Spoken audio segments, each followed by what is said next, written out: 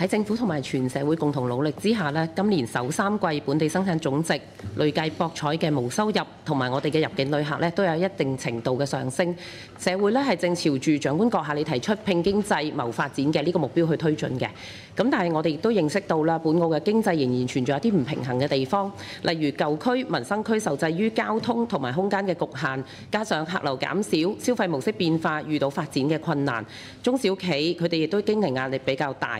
與此同時咧，部分居民仍然面對失業或者就業唔穩定嘅問題，尤其係中高齡啦、青年或者係弱勢嘅就業群體，佢哋唔少僱員咧實質嘅薪酬咧亦都係難以增加嘅。早前咧亦都有高等院校啦做調研指出啦，今年第3季我哋澳門嘅消費者信心總指數係下跌咗，咁都會存在信心不足嘅情況。社會都期盼咧明年度係有更多一啲刺激消費啦或者生活補助嘅措施，提升居民喺消費能力啦同埋信心嘅。與此同時，經濟發展咧係應該要帶動到居民嘅就業同埋發展晉升嘅機會。明年施政報告都好明確提出啦，政府係有回應到勞工界呢方面嘅關注嘅，包括係全面檢討完善外僱嘅審批制度啦，推動公共工程、外判服務、金融機構、高等院校等等咧，要聘請更多嘅本地人。社會亦都期望咧，政府進一步咧推動大企業一啲合適嘅崗位、文職工種以至中高管理層嘅職位啦，係可以明確要加強聘用同埋培養本地人嘅，係關鍵啦，就係要落到實處有成效。喺呢度咧，想請問行政長官閣下，有提升消費信心、紓民困同埋本地人優先就業呢啲重點嘅民生問題上面，明年咧有關嘅措施究竟係點樣去落實到細節之中？點樣去具體執行，讓到居民咧可以切實分享經濟發展嘅成果，亦都可以成就更高質量嘅就業環境呢？多謝。我哋4月份施政方針之後，因應當時嘅環境呢，係成立一個係促進就業嘅協調小組。協調小組亦都好勤力開咗唔少會議，亦都統籌到各個政府裏邊嘅範疇，採取一系列嘅措施，包括透過大型嘅有招聘會、專場嘅配對也好，各方面短短幾個月呢，其實解決咗好多就業㗎。淨係成功協助嘅嗰個青年人配對就業都係4、5千人嘅。第二個呢，係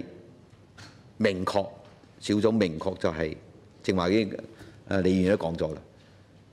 政府嘅公共採購、公共服務、公共工程優先聘請本地僱員。而家基本上咧，凡係各個範疇已經係掌握到政策，亦都落實得好好。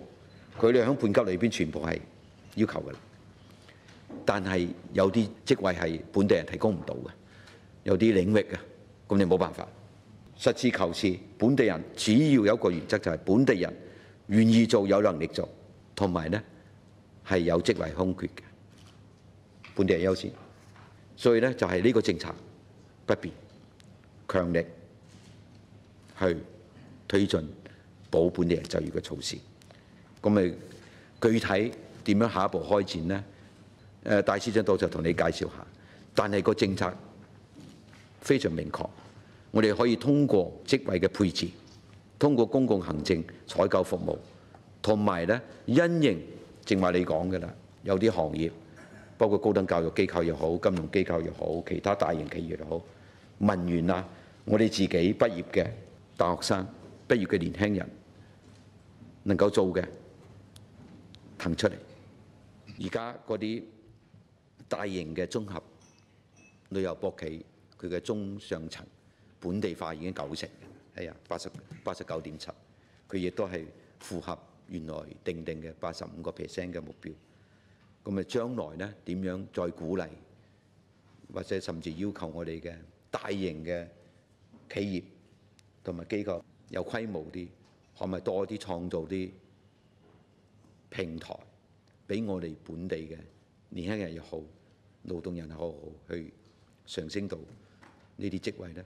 亦都希望大家去共同去諗諗，想下辦法。